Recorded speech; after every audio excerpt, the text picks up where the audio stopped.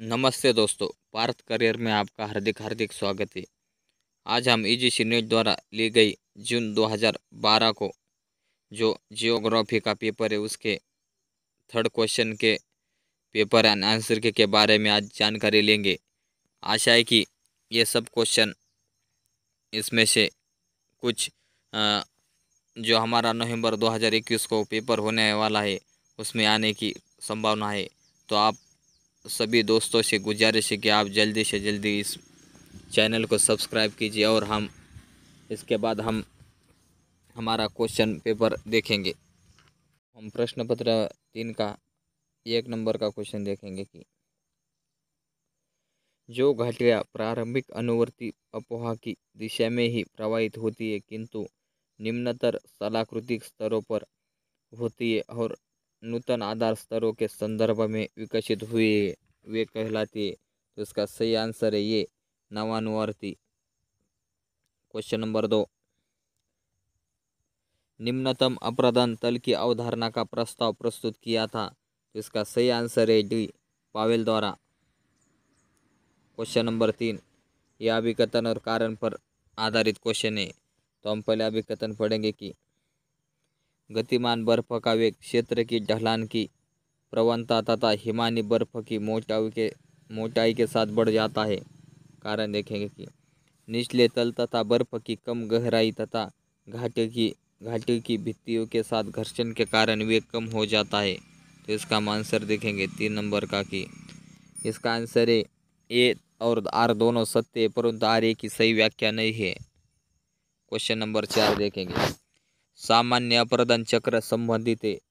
तो इसका आंसर है सी, नदी अप्रदान। ये क्वेश्चन यूजीसी नेट ने बहुत बार पूछा है तो आप इसे गौर से देखिए।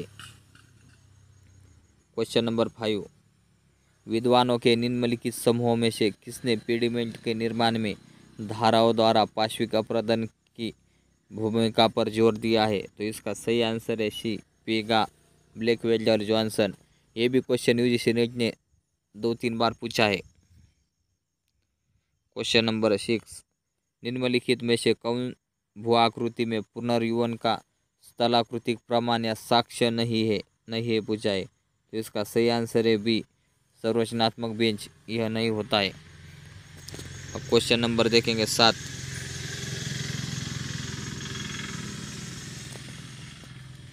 क्वेश्चन नंबर 7 यह सूची पर आधारित सुमिलित कीजिए पर दिया हुआ क्वेश्चन है। तो इसमें सूची 1 में जो हमारी लोएस सिमोड पजर शील्ड काल दिया हुआ और सूची 2 में उनके निक्षेप दिए हुए कौन सी भूआकृति कौन से निक्षेप से होती है। तो इसमें हम देख सकते हैं कि लोएस यह वायु निक्षेप द्वारा बनती है, हिमोड यह हिमानी निक्षेप द्वारा बनती है, बजर यह समुद्री निक्षेप और शील्ड गाद यह नदी निक्षेप द्वारा निर्मित है। तो इसका सही आंसर है बी। क्वेश्चन नंबर 8,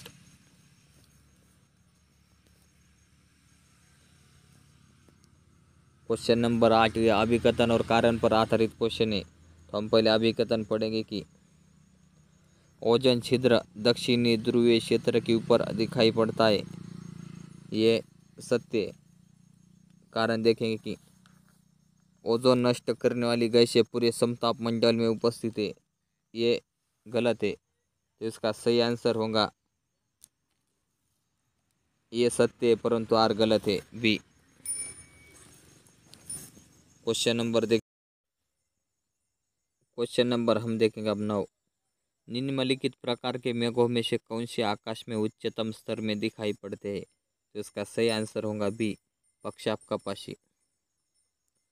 अब क्वेश्चन नंबर देखेंगे हम 10, क्षोभ मंडल में ऊंचाई के साथ वायुमंडलीय तापमान घटता है क्योंकि। तो इसका सही आंसर है डी, वायुमंडल धरातल से विकिरण के द्वारा गर्म होता है। क्वेश्चन नंबर हम देखेंगे 12, निम्नलिखित में से कौन सा युग्म सही तरह से मिलित नहीं है या हमें गलत कौन सा है वो देखना है। तो हम इसमें ध्यान देखेंगे कि उष्ण शुष्क हवा का एल्प पर नीचे की ओर बढ़ना ये सही है। यूरोप में आल्प्स पर्वत के पास ये है।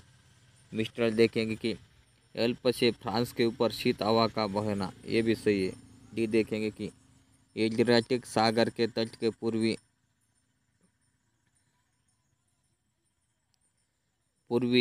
तट के सहारे अनुभव किया जाती है, तो ये भी सही है। तो सी देखेंगे कि सांताना उष्ण शुष्क वायु का अपलेशन पर नीचे की ओर बहना, ये गलत है। तो इसका सही आंसर होगा सी। क्वेश्चन नंबर 12, निम्नलिखित गैसों में से कौन सी वायुमंडल का प्राकृतिक घटक नहीं है? तो इसका सही आंसर है सी, क्लोरोफ्लोरोकार्बन। यह मानव निर्मित घटक है। तो क्वेश्चन नंबर हम देखेंगे अब 13, कोपेन के जलवायु वर्गीकरण में ये डब्ल्यू चिन्ह किसका संकेत करता है? तो इसका सही आंसर है ये, उष्णकटिबंधीय सवाना जलवायु। तो क्वेश्चन नंबर हम देखेंगे 14, हरिकेन में बलवती हवाएं कहाँ पाई जाती है? तो इसका सही आंसर है सी, हरिकेन की अक्षीय परिधि में। क्वेश्चन नंबर हम देखेंगे 15, निम्नलिखित में से झीलमाला पेस्टरनॉस्टर की कौन सी विशेषता है? तो इसका सही आंसर है डी, हिमनदी सोपानों पर बनी झील। यह क्वेश्चन 8 जुलाई 2018 को यूजीसी नीट ने पूछा है। क्वेश्चन नंबर देखेंगे हम 16, थॉर्नवेल्ट का संशोधित जलवायु वर्गीकरण निम्नलिखित की अवधारणा पर आधारित है। तो इसका सही आंसर है सी, संभावी बाष्पन पार्श्वेषण। अब क्वेश्चन नंबर देखेंगे 17, शेलवा वन है, इसका सही आंसर है ये, पृथ्वी सदाबहार वन। क्वेश्चन नंबर हम देखेंगे 18, पारिस्थितिकीय व्यवस्था में जीव का विशिष्ट स्थान क्या कहलाता है? तो इसका सही आंसर है ये, गतस्थ निश। अब क्वेश्चन नंबर देखेंगे 19, निम्नलिखित में से किसे समुद्री पारिस्थितिकी के उत्पादक के रूप में जाना जाता है? तो इसका सही आंसर है डी, पादप प्लवक। अब क्वेश्चन नंबर देखेंगे हम 20, लोनी मिट्टी किसका परिणाम होती है? तो इसका सही आंसर है बी, उच्च दर का बाष्पीकरण और मिट्टी का बहुत थोड़ा निष्कालन। अब क्वेश्चन नंबर देखेंगे 21, क्वेश्चन नंबर 21, वनस्पति के लिए कोई अवकाश नहीं है, विकास तीव्र, अनवरत और सतत होता है, यह कथन किस पर लागू होता है? तो इसका सही आंसर है डी, वृष्टिमय उष्णकटिबंध। क्वेश्चन नंबर देखेंगे 22, पादपों पशुओं का प्रचुरतम प्रकार निम्नलिखित में पाया जाता है? तो इसका सही आंसर है सी, उष्णकटिबंधीय वन। अब क्वेश्चन नंबर देखेंगे 23, लवणता के बारे में निम्नलिखित में से कौन सा कथन सही नहीं है? यहाँ में गलत पूछा है कि कौन सा है इसमें से। तो इसका सही आंसर होगा ये, लवणता सीधे वर्षण से होती है, यह गलत है, क्योंकि लवणता यह जो नदी, पवन, नदियों द्वारा वाहित जल से समुद्र में छोड़ा जाता है, उसमें यह लवणता आती है। क्वेश्चन नंबर देखेंगे हम 24, क्वेश्चन नंबर 24, सागरीय धाराओं का उद्भव किससे संबंधित है? तो इसका सही आंसर होगा डी, उपयुक्त सभी, गुरुत्वीय बल, लवणता तथा घनत्व हवाएं, तीनों से भी। क्वेश्चन नंबर 25, शेपर किसके पक्ष में थे? तो इसका सही आंसर है डी, वैज्ञानिक सामान्यीकरण के। क्वेश्चन नंबर 26, निम्नलिखित में से कौन सा सिद्धांत तार्किक प्रत्यक्षवाद से संबंधित नहीं है? तो यहाँ भी गलत पूछा है कि कौन सा संबंधित नहीं है, तो इसका सही आंसर होगा सी, व्यवहारवाद। क्वेश्चन नंबर 27, यह सुमिलित कीजिए पर आधारित क्वेश्चन है, पर इसमें हमें जो सुमिलित नहीं यानी गलत कौन सा है ये देखना है। तो ये देख सकते हैं विलियम बुंगी, थ्योरेटिकल जियोग्राफी, यह उनकी बुक है। डेविड हार्वे की देखेंगे, social wellbeing and special perspective, ये इनकी बुक नहीं है। डेविड स्मिथ के देखेंगे कि ह्यूमन जियोग्राफी वेलफेयर अप्रोच, ये सही है। आर पीट के देखेंगे कि मॉडर्न जियोग्राफी थॉट, ये भी है। डेविड हार्वे की एक्सप्लेनेशन इन जियोग्राफी, यह बुक है, इसलिए ये आंसर होगा, ये गलत है, इसलिए आंसर होगा बी। क्वेश्चन नंबर 28, मिश्र नील नदी का उपहार है, यह कथन किसका माना जाता है? इसका सही आंसर है बी, हेरोडोटस का। क्वेश्चन नंबर देखेंगे हम 29। निम्नलिखित में से किसने यह दलील दी है कि इतिहास का भौगोलिक रूप से अध्ययन किया जाए और भूगोल को ऐतिहासिक रूप से पढ़ा जाए? तो इसका सही आंसर होगा डी, हेरोडोटस। Question number 30। निम्नलिखित अरबी विद्वानों में से किसने टॉलेमी की पुस्तक में सुधार किए हैं? इसका सही आंसर होगा बी, अल-इदरीसी। ये भी क्वेश्चन 3-4 बार पूछा जा चुका है। अब क्वेश्चन नंबर देखेंगे 31। मात्रात्मक क्रांति का दार्शनिक आधार निम्नलिखित में से क्या है? तो उसका सही आंसर होगा डी, प्रत्यक्षवाद। क्वेश्चन नंबर हम देखेंगे 32। प्रतिमान पैराडाइम की अवधारणा का प्रतिपादन किसने किया है? तो इसका सही आंसर है सी, कुहन द्वारा। Question number 33। निम्नलिखित में से कौन ज्ञान के सभी पहलुओं को समाविष्ट करने वाला सार्वभौमिक विज्ञान विकसित करना चाहते थे? तो इसका सही आंसर होगा ये, हम्बोल्ट। Question number 34। निम्नलिखित भूगोलवेत्ताओं में से किसने मानव केंद्रित भूगोल पर बल दिया? तो इसका सही आंसर होगा बी, जेफरसन द्वारा। Question number 35। मानसिक मानचित्र की अवधारणा किसने प्रतिपादित की है? तो इसका सही आंसर होगा बी, गोल्डवाइट। अब क्वेश्चन नंबर देखेंगे हम 36। द्वितीय जनसांख्यिकीय संक्रमण की अवधारणा किसने प्रारंभ की? इसका सही आंसर होगा ये, वेंडिका। Question number 37। आयु विशेष प्रजनन दर किस आयु समूह में अधिकतम होती है? तो इसका सही आंसर होगा ये, 20 से 24 वर्ष। Question number 38। भारत में ग्रामीण से नगर प्रवास के लिए निम्नलिखित में से मुख्य कारण क्या है? तो इसका सही आंसर होगा डी, रोजगार। Question number 39। किसने दलील दी कि बहुकेंद्र या केंद्र नाभिक नगरीय विकास के लिए जिम्मेदार थे? तो इसका सही आंसर होगा ये, हैरिस ए उलमैन। Question number 40। राज्य में वाणिज्यिक, औद्योगिक, शैक्षिक तथा राजनीतिक गतिविधियों के संबंध में सबसे बड़ा तथा सर्वाधिक प्रभावी नगर जाना जाता है? तो इसका सही आंसर होगा सी, प्रमुख नगर। Question number 41। बर्गेस मॉडल में भूमि उपयोग के निम्नलिखित अनुक्रमों में से कौन सा सही है? इसका सही आंसर होगा सी, केंद्रीय व्यापार क्षेत्र, कर्माकार गृह क्षेत्र, बेहतर आवास क्षेत्र और कंप्यूटर क्षेत्र। Question number 42। यदि 1 सेंटीमीटर त्रिज्या का वृत्त 1 लाख जनसंख्या निरूपित करता है तो 4 लाख जनसंख्या निरूपित करने वाले वृत्त की त्रिज्या क्या होंगी? तो इसका सही आंसर होगा बी, 2 सेंटीमीटर। क्वेश्चन नंबर हम देखेंगे अब 43। औद्योगिक भूदृश्य के नीचे दिए गए रेखा चित्र में कौन सी बाजार अवस्थिति इष्टतम है? सबसे निचली। इसका सही आंसर होगा बी, यानी इसका इष्टतम है सी। Question number 44। स्थानांतरी खेती की अनिवार्य विशेषता क्या है? इसका सही आंसर होगा बी, खेतों का चक्र। Question number 45। स्वतंत्र उद्योग वह होते हैं जिनके लिए, तो इसका सही आंसर है ये, परिवहन लागत तुलनात्मक रूप से महत्वहीन होती है। क्वेश्चन नंबर हम देखेंगे अब 46। ये यूजीसी ने गलत कर दिया है क्योंकि इनके इससे कोई भी सीक्वेंस मिलाप नहीं करता था। Question number 47। कुल्टी, बर्नपुर तथा हीरापुर में लौह एवं इस्पात संयंत्रों को एक में सम्मिलित किया गया है जिसका नाम है? तो इसका सही आंसर होगा बी, भारतीय लौह एवं इस्पात कंपनी।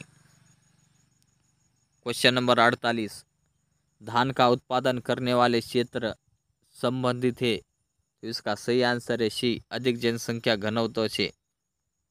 Question number 49। यह सुमिलित कीजिए पर आधारित क्वेश्चन है।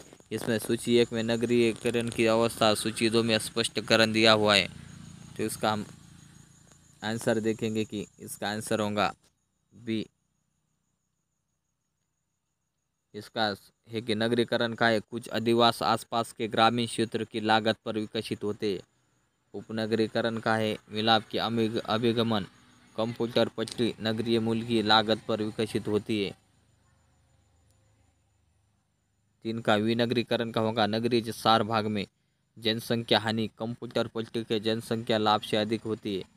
पुनर्नगरीकरण होगा कि 4 भाग में जनसंख्या हानि की दर क्रमशः कम होती है या 4 भाग में जनसंख्या बढ़ने लगती है। क्वेश्चन नंबर हम देखेंगे 50। प्रवास के परिणामों के बारे में कौन सा कथन सही है? इसमें हम देख सकते हैं कि इसका सही आंसर है डी, उपयुक्त सभी। ये देखेंगे, प्रवास के फलस्वरूप प्रवास की प्रक्रिया से जुड़े 2 क्षेत्रों का जनसंख्या संसाधन संबंध काफ़ी बदल जाता है, सही है। भी देखेंगे कि ग्रामीण क्षेत्रों से नगरीय औद्योगिक क्षेत्रों को प्रवासित करने वाले लोग खुली जगह, ताज़ी हवा और उत्तम आवास गृह के अभाव में कष्ट भोगते, ये भी सही है। सी देखेंगे, नव क्षेत्रों में उत्प्रवासियों की आहार आदतें भी बदल जाती, ये भी सही है। इसका सही आंसर है उपयुक्त सभी। क्वेश्चन नंबर देखेंगे 51। अर्थव्यवस्था के अनौपचारिक खंड निम्नलिखित में से किससे संबंधित है? इसका सही आंसर है बी, बाजार किस्म की अर्थव्यवस्था। क्वेश्चन नंबर देखेंगे हम 52। क्वेश्चन नंबर देखेंगे 52। निम्नलिखित में से क्या अर्थव्यवस्था के अनौपचारिक क्षेत्र से संबंधित नहीं है? जो संबंधित नहीं, तो इसका सही आंसर होगा डी, पूंजीवादी अर्थव्यवस्था। क्वेश्चन नंबर देखेंगे हम 53। नगरीय विकास के संदर्भ में प्राथमिकता का सिद्धांत उन देशों के लिए सर्वाधिक प्रासंगिक है जिसका सही आंसर है ये, तुलनात्मक रूप से सरल अर्थव्यवस्था और स्थानिक ढांचा सरल है। क्वेश्चन नंबर हम देखेंगे 54। गोंडों का मुख्य व्यवसाय है, तो इसका सही आंसर है डी, खेती। क्वेश्चन नंबर देखेंगे हम 55 आप। क्षेत्रीय विस्तार की दृष्टि से कौन सबसे बड़ा है? तो इसका सही आंसर है ये, सांस्कृतिक परिमंडल। क्वेश्चन नंबर है 56। नूतन सीमा अधिकांश स्थितियों के अंतर्गत जिन 3 अवस्थाओं के माध्यम से निर्धारित होती है उसका सही अनुक्रम बताइए। तो इसका सही आंसर है बी, नियतन, परिसीमन और सीमांकन। Question number 57। निम्नलिखित में से कौन सामान्यतः सामाजिक कल्याण का सूचक नहीं माना जाता है? तो इसका सही आंसर है डी, अपराध। Question number 58। निर्यात आधारित मॉडल के समर्थक कौन थे? तो इसका सही आंसर है D, north. Question number 59। Kashmir की घाटी हिमालय में एकमात्र समतल पट्टी है। इस समतल मैदान को निर्मित करने के लिए किस नदी ने अपने निक्षेप जमा किए? इसका सही आंसर है डी, झेलम नदी ने। क्वेश्चन नंबर देखेंगे हम 60। भारत के किस राज्य में स्त्रियों की संख्या पुरुषों से अधिक है? तो इसका सही आंसर है डी, केरल राज्य। Question number 61। जनगणना 2011 के अनुसार भारत के कौन से राज्य में जनसंख्या का निम्नतम घनत्व दर्ज किया गया है? तो इसका सही आंसर है ये, अरुणाचल प्रदेश। क्वेश्चन नंबर हम देखेंगे 62। भारत में लौह अयस्क के कुल उत्पादन का 85% किन राज्यों से आता है? तो इसका सही आंसर है बी, कर्नाटक या उड़ीसा। क्वेश्चन नंबर देखेंगे हम 63। स्वैच्छिक बंध्याकरण जनसंख्या नीति किस पंचवर्षीय योजना में लागू की गई थी? तो इसका सही आंसर है डी, चतुर्थ पंचवर्षीय योजना। Question number 64। भारत के उपमहाद्वीप में उष्णकटिबंधीय चक्रवातों द्वारा प्राय प्रभावित क्षेत्र है। तो इसका सही आंसर है बी, कोरोमंडल तट। Question number 65। निम्नलिखित में से कौन क्षेत्र अरब सागर शाखा की मानसून द्वारा प्रभावित नहीं होता है? तो इसका सही आंसर है डी, पंजाब का मैदान। क्वेश्चन नंबर 66 या 66। स्थलाकृतिक मानचित्र विशिष्ट बिंदुओं की ऊंचाई किसके द्वारा इंगित की जाती है? तो इसका सही आंसर है डी, उपयुक्त सभी। केवल हॉटस्पॉट, केवल बेंचमार्क, केवल त्रिभुजीकरण, इसका सही आंसर है डी। Question number 67। हिमालय का ज़्यादा चौड़ा हिस्सा स्थित है। तो इसका सही आंसर है सी, जम्मू कश्मीर में। Question number 68। भारत के निम्नलिखित क्षेत्रों में से कौन सा आर्थिक रूप से सर्वाधिक विकसित है? तो इसका सही आंसर है डी, केंद्रीय क्षेत्र।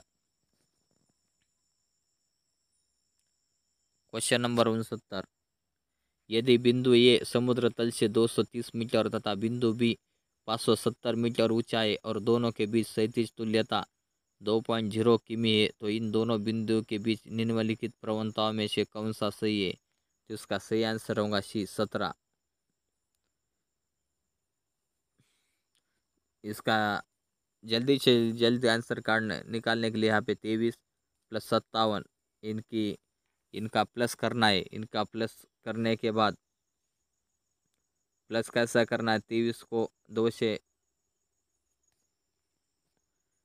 को 2 से भागना है, मुझे माइनस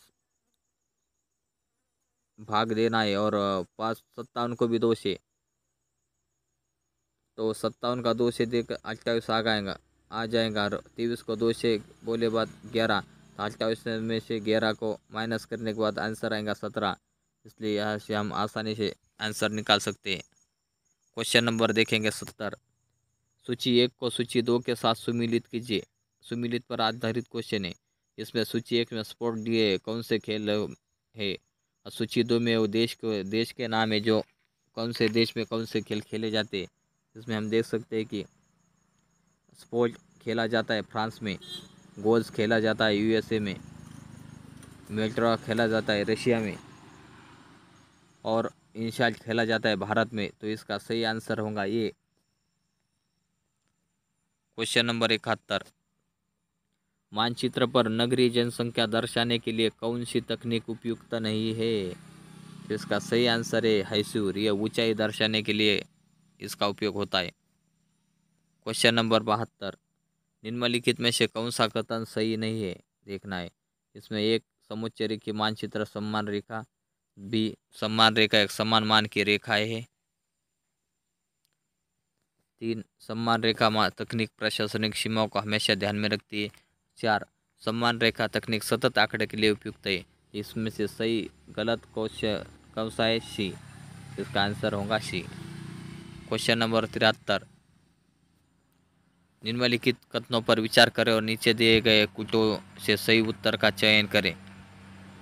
इसमें मरुस्थल, कच्छ तथा पहाड़ी क्षेत्र जनसंख्या के नकारात्मक क्षेत्रों के रूप में जाने जाते हैं। यह सही है। बी जनसंख्या का वितरण दर्शाने के लिए बिंदु पद्धति श्रेष्ठ पद्धति, ये भी सही है। सी देखेंगे कि बिंदु पद्धति को आयु तथा लिंग अनुपात दर्शाने के लिए उपयोग किया जाता है, ये गलत है। डी देखेंगे कि बिंदु मानचित्र जो समान रेखा मानचित्र में स्थानांतरित नहीं किया जा सकता, ये भी सही। तो इसका सही आंसर होगा ए, बी और डी। इसमें कहाँ है? इसमें सी में आंसर होगा सी। क्वेश्चन नंबर 74, वितरण में असमानता दर्शाने के लिए क्या सर्वाधिक उपयुक्त है? इसका सही आंसर होगा ए, लॉरेंज वर्क। क्वेश्चन नंबर 75, आंकड़ा समुच्चय 0, 50, 100, 100, 150, 250, 450, 500 का सही ज्यामितीय माध्य क्या है? तो इसका सही आंसर है डी, 0। इस तरह से आज हमने यूजीसी नेट द्वारा जून 2012 का जो हमारा जियोग्राफी का 3rd क्वेश्चन पेपर था, तृतीय प्रश्न पत्र, उसके बारे में हमने आज जानकारी ली। कल हम दिसंबर 2012 को जो हमारा पेपर हुआ था उसके बारे में जानकारी लेंगे। तो आप सभी दोस्तों से गुजारिश कि आप इस चैनल को सब्सक्राइब कीजिए।